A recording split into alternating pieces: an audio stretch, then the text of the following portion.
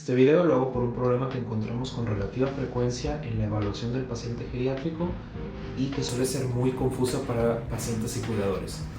Esto es porque no es un término que se ha utilizado frecuentemente. El público no suele tener una idea al respecto de la fibromialgia. Este problema, la fibromialgia, es una enfermedad asociada al dolor muscular y articular.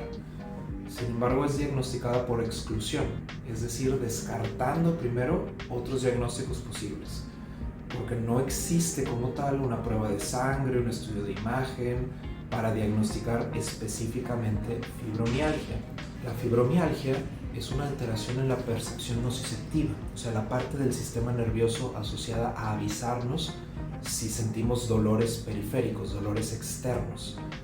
Esto es interpretado por el paciente con fibromialgia como si estuviera recibiendo una sensación de dolor continuo, una sensación de dolor leve, dolor intenso, dolor que puede fluctuar, o sea, aparecer y desaparecer, aunque generalmente nunca desaparece por completo, y tiene la peculiaridad de que este dolor es exacerbado por la presión en ciertos puntos sensibles musculares, también llamados puntos gatillo. Está asociada la fibromialgia con alteraciones de sueño y trastornos de ansiedad y depresión, aunque no se conoce la causa específica absoluta de este padecimiento. Algunos factores de riesgo recurrentes que podemos ver en pacientes con fibromialgia son ser mujeres, afecta al género femenino mucho más que a los hombres, una escala casi de 10 por un paciente, y pues antecedentes familiares de tener el mismo diagnóstico. Pero el factor de riesgo más frecuente por mucho en la historia clínica de un paciente con fibromialgia es haber vivido estrés psicosocial. Puede ser un desencadenante o un agravante de la intensidad de los síntomas, este estrés, y la asociación con un trastorno de ansiedad o depresión mixto con fibromialgia es tan alto como de 70% en algunos estudios. Una persona padeciendo fibromialgia puede sentir dolor en cualquier parte del cuerpo, pero los hombros, la espalda y las caderas son las áreas más frecuentemente mencionadas en la historia clínica.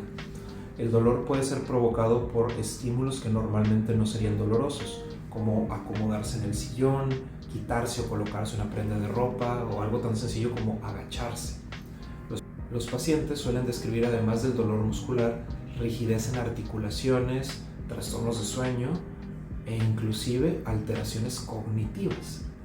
Esto en inglés le llaman fever of fog, y básicamente es decir, pues como que no rindo, como que se me olvidan las cosas, como que no ando al 100 mentalmente. O sea, entiendo que eso es algo muy subjetivo, pero se menciona muy frecuentemente, pues son personas que están viviendo con un dolor crónico después de todo. Para el diagnóstico hay algunos estudios invasivos en el que se revisa el líquido cefalorraquídeo o estudios de imagen de resonancia magnética, pero estos ejemplos suelen utilizarse en fibromialgia solo en el contexto de estudios de investigación clínica. En el día a día, para el diagnóstico actualmente, nos enfocamos principalmente en la historia clínica, o sea, preguntar al paciente sobre los síntomas, la frecuencia, la manera en la que se presenta y la exploración física. Aunque puede ser que su geriatra le vaya a solicitar algunos otros estudios, aparte de los previamente mencionados, pero para descartar otras posibilidades diagnósticas. Quiero decir, no es que vayan a querer diagnosticar la fibromialgia con esos estudios, sino quieren descartar otros cuadros que pueden tener presentaciones similares de dolor. Esto también aplica pues, en estudios de sangre que más que servirnos para diagnosticar la fibromialgia, nos sirven para descartar otras causas de dolores articulares. La clásica sería que hubiera un problema reumatológico. Aunque como les decía, la fibromialgia puede ser muy inespecífica, es decir, que sea muy parecida a otras causas y enfermedades que provocan dolores de este tipo. Hay algunas manifestaciones clínicas que si llegan a estar ocurriendo al mismo tiempo, nos pueden dar una mayor confianza diagnóstica de la fibromialgia. Por ejemplo, si es una persona que tiene dolor que inicia de manera gradual o insidiosa, o sea, que no puede decir el paciente, claro, el 21 de marzo del 2014 empecé con esta molestia, sino que de poco a poco comentan que se volvió una molestia pequeña, que le fue doliendo más, que le fue limitando para hacer mayores actividades, o inclusive pues que ya los tiene postrados en cama o usando auxiliares de la marcha, incapacitante el dolor para la movilización. Esa es la forma en la que usualmente se presenta el dolor de la fibromialgia. Es probable también que su geriatra le revise los puntos gatillo que les decía, que exacerban esas molestias. Y otra manifestación frecuente clínica es la fatiga, la sensación de cansancio. Eso lo podemos ver, pero ayuda mucho si el paciente nos lo comenta. A veces los pacientes pueden sentir una fatiga tan severa que la reportan como una crisis de agotamiento, que no les deja hacer sus actividades diarias hasta por un par de días. Y no hay que olvidar tampoco las alteraciones del sueño.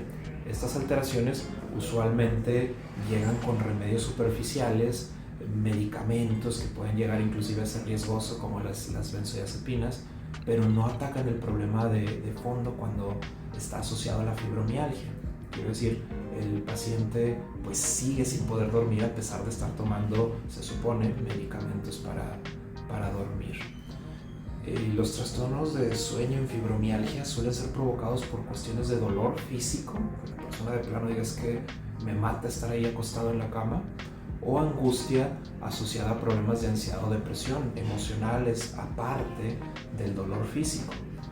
Puede también asociarse a síntomas que les llamamos vegetativos.